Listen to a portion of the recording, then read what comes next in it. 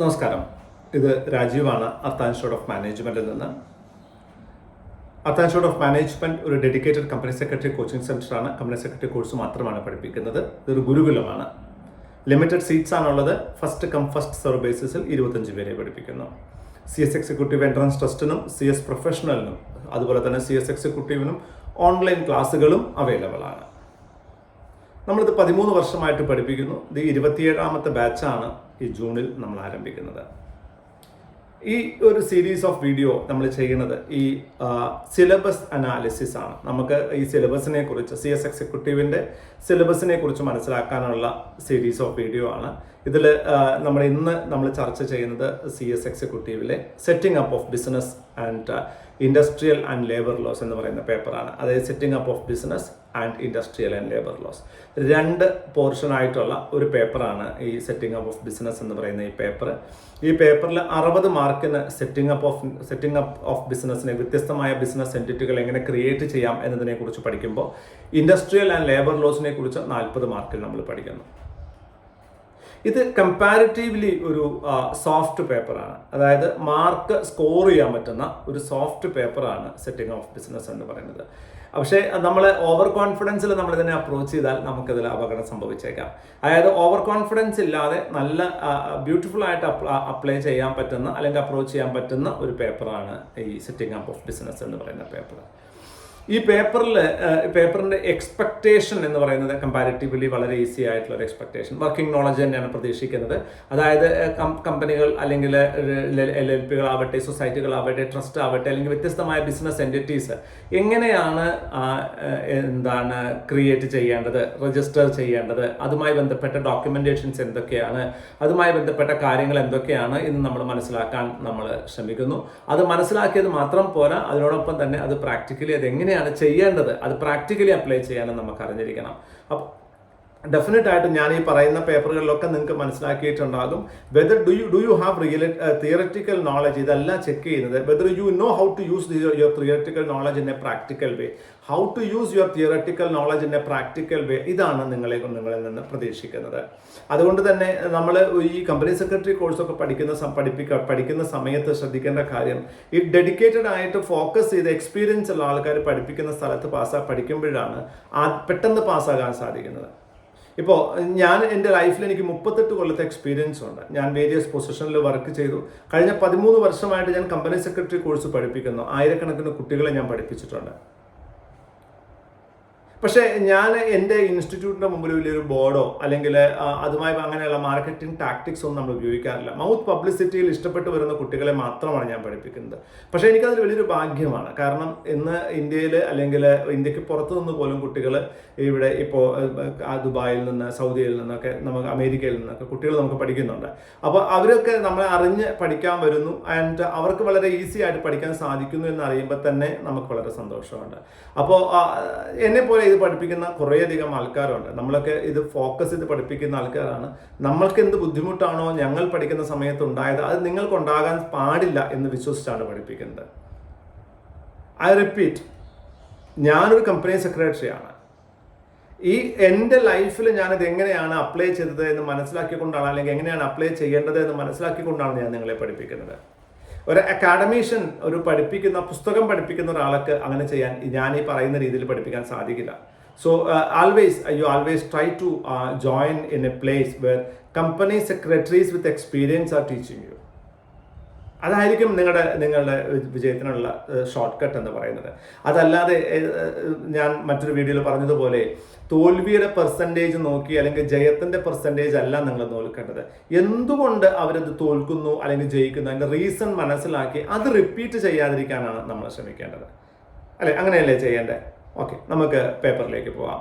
Setting up of ബിസിനസ്സിനെ ഞാൻ പറഞ്ഞു, ഈ പേപ്പറിൽ ആദ്യത്തെ പോർഷൻ എന്ന് പറയുന്നത് പാർട്ട് 1 എന്ന് പറഞ്ഞാൽ നമ്മൾ എങ്ങനെയാണ് വേരിയസ് ബിസിനസ് എൻറ്റിറ്റീസ് ക്രിയേറ്റ് ചെയ്യേണ്ടതെന്നും അതുമായി ബന്ധ പ്രൊസീജറൽ ആസ്പെക്റ്റുകളും ഡോക്യുമെന്റേഷൻസും എല്ലാം നമ്മൾ മനസ്സിലാക്കിക്കൊണ്ട് അത് പ്രാക്ടിക്കലായിട്ട് മനസ്സിലാക്കുന്നു. 2, നമ്മൾ എന്താ ചെയ്യുന്നത്, ഈ ഇൻഡസ്ട്രിയൽ നിയമങ്ങളും ലേബർ നിയമങ്ങളും, അതായത് ഡെഫിനറ്റ് ആയിട്ട് ഒരു കമ്പനി രൂപീകരിക്കുന്ന സമയത്ത് അല്ലെങ്കിൽ ഒരു എൻറ്റിറ്റി രൂപീകരിക്കുന്ന സമയത്ത് ധാരാളം വ്യാവസായിക ഇൻഡസ്ട്രിയൽ നിയമങ്ങളും ലേബർ നിയമങ്ങളും നമ്മൾ പാലിക്കേണ്ടി വരും. ഇതിനെക്കുറിച്ച് നമ്മൾ 2ാമത്തെ പോർഷനിൽ പഠിക്കുന്നു. പഠിക്കുന്നു. 2 പോർഷനിലും നമുക്ക് ആവശ്യമായിട്ട് വരുന്നത് വർക്കിംഗ് നോളജ് ആണ്. വർക്കിംഗ് നോളജ് എന്ന് പറഞ്ഞാൽ ഐ റിപ്പീറ്റ്. എന്താണ് വർക്കിംഗ് നോളജ്? വർക്കിംഗ് നോളജ് എന്ന് പറഞ്ഞാൽ how to use your theoretical knowledge in a practical situation. ഇതറിയണം നിങ്ങൾക്ക്. ഈ പേപ്പർ ഞാൻ പറഞ്ഞു കമ്പാരിറ്റീവ്ലി സ്കോറിംഗ് പേപ്പറാണ്, ഒരു സോഫ്റ്റ് പേപ്പറാണ്. ആൻഡ് ആദ്യത്തെ പോർഷനിൽ പാർട്ട് 1 സെറ്റിംഗ് ഓഫ് ബിസിനസ്സിലെ പാർട്ട് 1 ആദ്യത്തെ chapter selection of business organisation എന്നുള്ള പേപ്പറാണ്. എങ്ങനെയാണ് ഒരു ബിസിനസ് ഓർഗനൈസേഷൻ സെലക്ട് ചെയ്യേണ്ടതെന്നാണ്. ഞാനൊരു കാര്യം പറയട്ടെ, ഈ പേപ്പർ എന്ന് പറയുന്നത് 20 ചാപ്റ്ററിൻ്റെ ഒരു പേപ്പറാണ്. ആദ്യത്തെ പോർഷനിൽ അറൗണ്ട് 13 ചാപ്റ്റർ ഉണ്ട്, ബാക്കിയുള്ള പോർഷനിൽ 7 ചാപ്റ്ററാണുള്ളത്. അപ്പം 20 ചാപ്റ്ററിൻ്റെ ഒരു ബുക്കാണിത്. ഇതിൽ നമ്മൾ ആദ്യത്തെ പോർഷൻ സെറ്റിംഗ് അപ്പ് ഓഫ് ബിസിനസ്സിൽ എങ്ങനെ ഒരു ബിസിനസ് ഓർഗനൈസേഷൻ, എന്തൊക്കെ കാര്യങ്ങളാണ്, ഏത് തരം ബിസിനസ് ഓർഗനൈസേഷനാണ്, ഞാൻ പാർട്ട്ണർഷിപ്പ് വേണോ, LLP വേണോ, കമ്പനി വേണോ, പ്രൈവറ്റ് വേണോ, പബ്ലിക് വേണോ, ട്രസ്റ്റ് വേണോ, സൊസൈറ്റി വേണോ, അല്ലേ, നമുക്ക് ഇങ്ങനത്തെ കുറേ സംശയങ്ങൾ മനസ്സിൽ വരാം. എന്തൊക്കെ കാര്യങ്ങളാണ് കൺസിഡർ ചെയ്യേണ്ടതെന്ന് ഒന്നാമത്തെ ചാപ്റ്ററിൽ മനസ്സിലാക്കുമ്പോൾ, രണ്ടാമത്തെ ചാപ്റ്ററിൽ നമ്മൾ വ്യത്യസ്തമായ കമ്പനികളെ കുറിച്ച് നമ്മൾ മനസ്സിലാക്കുന്നു. വ്യത്യസ്തമായ കമ്പനികൾ, ഏതൊക്കെ കമ്പനികളാണ് അവൈലബിൾ ആയിട്ടുള്ളത്. നമുക്ക് പ്രൈവറ്റ് കമ്പനി, പബ്ലിക് കമ്പനി, അല്ലെങ്കിൽ 1% company, Nidhi company, section 8 company, producer company, foreign company, government, അങ്ങനെ വ്യത്യസ്തമായ കമ്പനികൾ അവൈലബിൾ. ഏത് രൂപമാണ് നമുക്ക് സ്വീകരിക്കാൻ സാധിക്കേണ്ടത്, അതിനെക്കുറിച്ച് മനസ്സിലാക്കുന്നു. അങ്ങനെ ഒരു കമ്പനി തീരുമാനിച്ചു കഴിഞ്ഞാൽ പിന്നെ നമുക്ക് എന്താ വേണ്ടേ? നമ്മൾ charter document, main important documents of the company വേണം. അതെന്തൊക്കെയാണ്? മെമ്മോറാണ്ടം ആൻഡ് ആർട്ടിക്കിൾ, അതെങ്ങനെയാണ് ഡ്രാഫ്റ്റ് ചെയ്യേണ്ടത്, അതെങ്ങനെയാണ് നമ്മൾ ഇൻകോർപ്പറേഷന് വേണ്ടി ഉപയോഗിക്കേണ്ടത്. അതുപോലെ തന്നെ ഒരു കമ്പനി രൂപീകരിക്കുന്നതിന് മുമ്പ് തന്നെ ധാരാളം കോൺട്രാക്റ്റുകൾ പ്രൊമോട്ടേഴ്സ് എൻ്റർ ചെയ്തിട്ടുണ്ടാകാം. അതിനെങ്ങനെയാണ് ലീഗലൈസ് ചെയ്യുന്നത് എന്ന കാര്യങ്ങൾ പഠിക്കുന്നു. അതിനുശേഷം ഇത്രയും ഡോക്യുമെന്റേഷൻ ആയിക്കഴിഞ്ഞാൽ നമ്മൾ എന്താ വെച്ചാൽ നമ്മളതിനെ സ്പൈസ് 32 പ്രകാരം നമ്മൾ സ്പൈസ് പ്ലസ് ഉപയോഗിച്ചുകൊണ്ട്, നമ്മൾ NC 32 അല്ലെങ്കിൽ സ്പൈസ് പ്ലസ് ഉപയോഗിച്ചുകൊണ്ട് നമ്മളതിനെ ഇൻകോർപ്പറേറ്റ് ചെയ്യുന്നു. അതുമായി ബന്ധപ്പെട്ട കാര്യങ്ങൾ പഠിക്കുന്നു. അങ്ങനെ പഠിച്ചു കഴിഞ്ഞാൽ രണ്ടാമത്തെ ചാപ്റ്റർ അവസാനിക്കും. രണ്ടാമത്തെ ചാപ്റ്റർ കഴിഞ്ഞാൽ പിന്നെ അടുത്ത മൂന്നാമത്തെ ചാപ്റ്റർ നമ്മൾ പഠിക്കുന്നത് LLP എങ്ങനെ ക്രിയേറ്റ് ചെയ്യാം, limited liability partnership. What is partnership, what is LLP, എന്താണ് പാർട്ട്ണർഷിപ്പും LLP തമ്മിലുള്ള വ്യത്യാസം, അതുപോലെ അതിൻ്റെ LLP എങ്ങനെയാണ് രജിസ്റ്റർ ചെയ്യേണ്ടത്, ഏത് ഫോമാണ് ഉപയോഗിക്കേണ്ടത്, എങ്ങനെയാണ് എഗ്രിമെന്റ് എഴുതേണ്ടത്, LLPയുടെ എഗ്രിമെന്റ് നമുക്ക് ആൾട്ടർ ചെയ്യാൻ പറ്റുമോ, അതുപോലെ തന്നെ അവരുടെ ഫയലിങ്സ് എന്തൊക്കെയാണ്, ഇങ്ങനത്തെ കാര്യങ്ങൾ മൂന്നാമത്തെ ചാപ്റ്ററിൽ പഠിക്കുമ്പോൾ, അടുത്ത ചാപ്റ്ററിൽ നമ്മൾ പഠിക്കുന്ന 4ാം ചാപ്റ്ററിൽ നമ്മൾ പഠിക്കുന്നത് സ്റ്റാർട്ടപ്പുകൾ എങ്ങനെയാണ്, എന്താണ് സ്റ്റാർട്ടപ്പ് എങ്ങനെയാണ് രജിസ്റ്റർ ചെയ്യേണ്ടത്, ആർക്കൊക്കെയാണ് സ്റ്റാർട്ടപ്പായിട്ട് കണക്കാക്കാൻ പറ്റുക, എന്തൊക്കെ ബെനിഫിറ്റ്സ് ആണ് സ്റ്റാർട്ടപ്പിന് ഉണ്ടാകുക, എത്ര വർഷമാണ് സ്റ്റാർട്ടപ്പ് ഫെസിലിറ്റി കിട്ടുക, എപ്പോഴാണ് ബൈ ഡിഫോൾട്ട് സ്റ്റാർട്ടപ്പ് എന്നുള്ള സ്റ്റാറ്റസ് ഇല്ലാണ്ടാകുന്നത്, അതിന് സ്റ്റാർട്ടപ്പിന് എന്തെല്ലാം ബെനിഫിറ്റുകളാണ് ഗവൺമെന്റ് കൊടുക്കുന്നത് എന്ന കാര്യങ്ങളൊക്കെ പഠിക്കുന്നു. ദെൻ MSME കമ്പനികളെ പോലെ micro small and medium enterprises, MSME കമ്പനികളെ കുറിച്ച് നമ്മൾ 5ാമത്തെ ചാപ്റ്ററിൽ പഠിക്കുന്നു.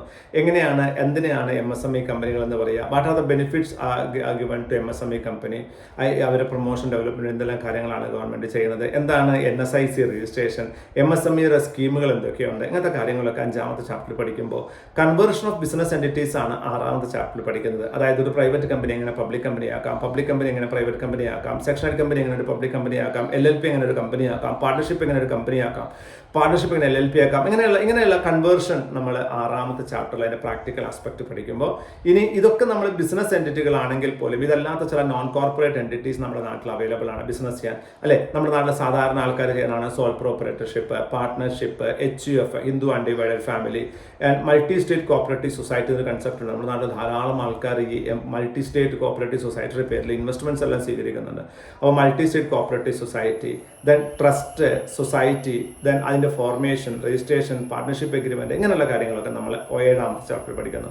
8ാമത്തെ ചാപ്റ്ററിൽ നമ്മൾ ധാരാളം കാണുന്ന ഒരു ടൈപ്പ് ഓഫ് ഓർഗനൈസേഷൻ ആണ് ഈ financial service organisation, like non banking finance company, Muthoot Manappuram പോലെയുള്ള നോൺ ബാങ്കിങ് ഫിനാൻസ് കമ്പനികൾ, അതുപോലെ ഹൗസിംഗ് ഫിനാൻസ്, HDFC ബാങ്ക് പോലെയുള്ള ഹൗസിംഗ് ഡെവലപ്മെന്റ് ഫിനാൻസ് കോർപ്പറേഷൻ പോലെയുള്ള ഹൗസിംഗ് ഫിനാൻസ് കമ്പനികൾ, അസറ്റ് റീകൺസ്ട്രക്ഷൻ കമ്പനികൾ, മൈക്രോ ഫിനാൻസ് ഇൻസ്റ്റിറ്റ്യൂഷൻസ്, നിധി, പേയ്മെന്റ് ബാങ്കുകൾ, മുദ്രാ ബാങ്കുകൾ, ഇങ്ങനത്തെ കാര്യങ്ങളെക്കുറിച്ചും ചിറ്റ് ഫണ്ടിനെ കുറിച്ചും അവരുടെ രജിസ്ട്രേഷനെ കുറിച്ചൊക്കെ നമ്മൾ 8ാമത്തെ ചാപ്റ്ററിൽ പഠിക്കുന്നു. 9ാമത്തെ ചാപ്റ്ററിൽ ബിസിനസ് കൊളാബറേഷൻസിനെ കുറിച്ച് മനസ്സിലാക്കാൻ, എങ്ങനെയാണ് ജോയിന്റ് വെഞ്ചർ അല്ലെങ്കിൽ foreign collaboration, special purpose vehicle, ഇതിനെക്കുറിച്ചൊക്കെ പഠിക്കുന്നു. 10ാമത്തെ ചാപ്റ്ററിൽ നമ്മൾ എങ്ങനെയാണ് ഒരു ഫോറിൻ രാജ്യത്തെ ബ്രാഞ്ചുകൾ, ഫോറിൻ രാജ്യത്തുള്ള ഒരു കമ്പനിക്ക് ഇന്ത്യയിലെ branch office liaison office wholly own സബ്സിഡറിയൊക്കെ സ്റ്റാർട്ട് ചെയ്യാൻ പറ്റുക എന്നതിനെക്കുറിച്ച് നമ്മൾ ഏതിൽ പഠിക്കുന്നു? 10ാമത്തെ ചാപ്റ്ററിൽ പഠിക്കുമ്പോൾ 11ാമത്തെ ചാപ്റ്ററിൽ നമ്മൾ പഠിക്കുന്നത് ഇന്ത്യക്ക് പുറത്ത് എങ്ങനെ ബിസിനസ്സുകൾ സ്റ്റാർട്ട് ചെയ്യാൻ പറ്റും, അതുപോലെ അതിന് എന്തൊക്കെ കാര്യങ്ങളാണ് കൺസിഡർ ചെയ്യേണ്ടത്, എന്തൊക്കെ കാര്യങ്ങൾ കൺസിഡർ ചെയ്തിട്ടാണ് ഇന്ത്യക്ക് പുറത്തൊരു കമ്പനി സ്റ്റാർട്ട് ചെയ്യേണ്ടത് എന്നതിനെക്കുറിച്ച് അല്ലെങ്കിൽ ഇൻവെസ്റ്റ് ചെയ്യേണ്ടത് എന്നതിനെക്കുറിച്ച് പഠിക്കുന്നു. 11ാമത്തെ ചാപ്റ്ററിൽ നമ്മൾ ഇത് പഠിക്കുന്ന സമയത്ത് വ്യത്യസ്ത രാജ്യങ്ങളിൽ, അതായത് അമേരിക്ക അല്ലെങ്കിൽ ബ്രിട്ടൻ അല്ലെങ്കിൽ ഓസ്ട്രേലിയ, ഇങ്ങനത്തെ രാജ്യങ്ങളിലൊക്കെ എങ്ങനെയാണ് കമ്പനികൾ രൂപീകരിക്കേണ്ടത് എന്നും നമ്മളതിൽ പഠിക്കും.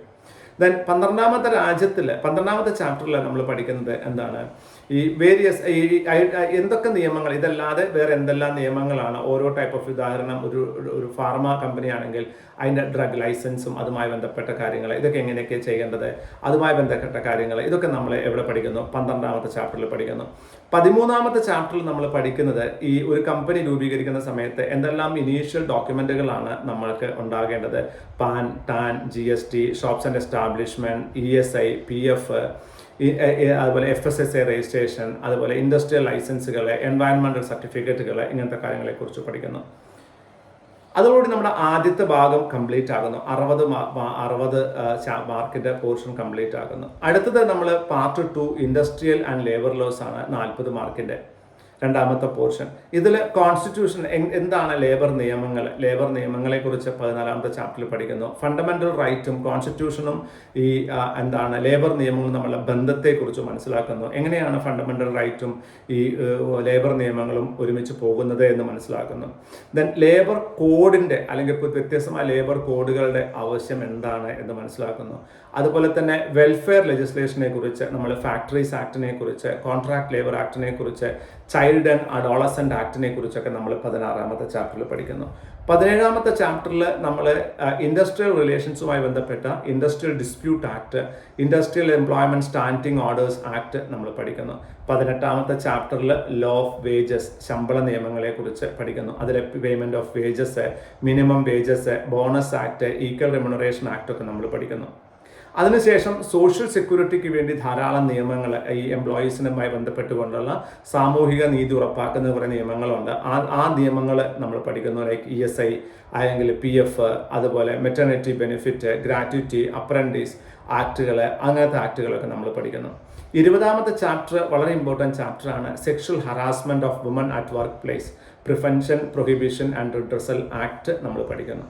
ഈ ഒരു ബുക്ക് നമ്മൾ പഠിക്കുന്ന സമയത്ത് ഇത് കമ്പാരിറ്റീവ്ലി ആദ്യത്തെ പോർഷൻ വെറും പ്രാക്ടിക്കൽ ആയിട്ടുള്ള കാര്യങ്ങളാണെങ്കിൽ, ഈ രണ്ടാമത്തെ പോർഷനിൽ തിയററ്റിക്കൽ പാർട്ട് പഠിച്ചിട്ട് അതെങ്ങനെ പ്രാക്ടിക്കൽ അപ്ലൈ ചെയ്യണമെന്ന് പഠിക്കുന്നു. ഒരു കമ്പനിയുടെ രൂപീകരണം അല്ലെങ്കിൽ ഒരു ബിസിനസ് എൻറ്റിറ്റിയുടെ രൂപീകരണത്തെ കുറിച്ച് നമ്മൾ ഫസ്റ്റ് പാർട്ടിൽ പഠിക്കുന്ന സമയത്ത്, രണ്ടാമത്തെ ഭാഗത്ത് നമ്മൾ പഠിക്കുന്നത് ആ രൂപീകരിച്ച അവർക്ക് എന്തെല്ലാം നിയമങ്ങളാണ് പാലിക്കേണ്ടി വരിക, ഇനീഷ്യൽ നിയമങ്ങൾ എന്തെല്ലാം പാലിക്കേണ്ടി വരും, ലേബർ നിയമങ്ങളും ഇൻഡസ്ട്രി നിയമങ്ങളും എന്തൊക്കെ പാലിക്കേണ്ടി വരും എന്ന് നമ്മൾ ഏതിൽ പഠിക്കുന്നു? ഈ രണ്ടാമത്തെ പോർഷനിൽ പഠിക്കുന്നു. ഈ രണ്ടാമത്തെ പോർഷനിൽ 40 മാർക്ക് വളരെ ഈസി ആയിട്ട് സ്കോർ ചെയ്യാൻ പറ്റുന്ന ഒരു ഏരിയയാണ്. അപ്പോൾ ഈ പേപ്പർ ഞാൻ as it is, if you ask me to evaluate, like അതിനെ വേ ചെയ്യാൻ, അതിന്റെ പ്രാധാന്യം പറയാൻ, വൺ ഓഫ് ദ ഇമ്പോർട്ടൻറ്റ് പേപ്പറാണ്. ഒരു കമ്പനി സെക്രട്ടറി ജീവിതത്തിൽ ചെയ്യുന്ന എല്ലാ കാര്യങ്ങളും ഈ പേപ്പറിലുണ്ട്. അതായത് കമ്പനികളുടെ രൂപീകരണവുമായി ബന്ധപ്പെട്ട എല്ലാ കാര്യം നമ്മളല്ലേ ചെയ്യണേ. സോ നമ്മുടെ പ്രാക്ടിക്കലി നമ്മുടെ ലൈഫിൽ ഏറ്റവും കൂടുതൽ ഉപയോഗപ്പെടുന്ന ഒരു പേപ്പറാണ്. കമ്പനിയിൽ ഒരു വളരെ ചേർന്ന് നിൽക്കുന്ന പേപ്പറാണ്. ഈ പേപ്പറിന്റെ ഒരു ഗുണം എന്ന് പറഞ്ഞാൽ ഇത് കമ്പാരിറ്റീവ്ലി സോഫ്റ്റ് പേപ്പറാണ്. അങ്ങനെ ഒരു സോഫ്റ്റ് പേപ്പർ ആവുന്നത് കൊണ്ട് തന്നെ നമുക്കൊരു ലേശം ഓവർ കോൺഫിഡൻസ് വരാം. അതുകൊണ്ട് ഒരിക്കലും ലാഗ് ചെയ്യാതെ, ഒരിക്കലും ഉപേക്ഷ വിചാരിക്കാതെ പഠിക്കുക എന്നുള്ളതാണ്. പക്ഷേ ഈ പേപ്പർ നിങ്ങൾക്ക് നിങ്ങളുടെ അഗ്രിഗേറ്റ് ഇംപ്രൂവ് ചെയ്യാൻ സഹായിക്കും. അതായത് നമുക്ക് ടോട്ടൽ 200 മാർക്ക് ഈ മൊഡ്യൂളിൽ നമുക്ക് കിട്ടിയാലേ നമുക്ക് ഈ മൊഡ്യൂൾ ക്ലിയർ ചെയ്യാൻ പറ്റുള്ളൂ. ആ 200 മാർക്ക് സ്കോർ ചെയ്യാൻ ഈ പേപ്പർ നിങ്ങളെ സഹായിച്ചേക്കും. സോ ഇതൊരു സോഫ്റ്റ് പേപ്പറാണ്. നന്നായിട്ട് പഠിക്കുക. ഇത് പോർഷൻ വൈസ് നന്നായിട്ട് പഠിക്കുക, പ്രാക്ടിക്കലി ചെയ്ത് പഠിക്കുക. ഇവിടെ ഒരു പ്രശ്നം ഇവിടെ കിടക്കണമെന്ന് വെച്ചാൽ പ്രാക്ടിക്കലി ചെയ്ത് പഠിക്കണം. നമ്മൾ MCAയുടെ വെബ്സൈറ്റിൽ പോയി കാര്യങ്ങൾ നോക്കണം, ലേറ്റസ്റ്റ് അമെൻമെന്റ്സ് നോക്കണം, ഡോക്യുമെന്റ്സുകൾ വായിക്കണം, ഡ്രാഫ്റ്റ് ചെയ്യാൻ പഠിക്കണം, റെസൊല്യൂഷൻസ് ഡ്രാഫ്റ്റ് ചെയ്യാൻ പഠിക്കണം, എന്തൊക്കെ കാര്യങ്ങളാണ് ചെയ്യേണ്ടതെന്ന് പ്രൊസീജിയറായിട്ട് പഠിക്കണം. ഇങ്ങനെ പഠിക്കുക എന്നുള്ളത് മാത്രമേ ഇതിൽ ചെയ്യാനുള്ളൂ. ഇത് ടോട്ടൽ ഇത് കമ്പാരിറ്റീവ്ലി ഏറ്റവും ചെറിയൊരു പുസ്തകമാണ്. എനിക്ക് തോന്നുന്നത് 600 ചില്ലാനം പേജുള്ള ഒരു പുസ്തകമാണ് ഈ paper. 600 I think less than 700 പേജസേ ഉണ്ടാവുള്ളൂ ഈ ബുക്കിൽ. 618 പേജുള്ള ഒരു പുസ്തകമാണ്. കമ്പാരിറ്റീവ്ലി ഈസിയാണ്, നന്നായിട്ട് പഠിക്കുക. പിന്നെ ഈസി ആയതുകൊണ്ട് നമ്മൾ അതിന് ഉപേക്ഷ വിചാരിക്കാതിരിക്കുക. ഓക്കെ, സോ ഇത്രയും നേരം ഈ വീഡിയോ കണ്ടതിന് നന്ദി. കാരണം ഇത് നിങ്ങൾക്ക് വേണ്ടിയാണ് ഞാൻ വീഡിയോ ചെയ്തത്. അടുത്തൊരു വീഡിയോ വരേക്കും this is Rajeev signing off. Thank U.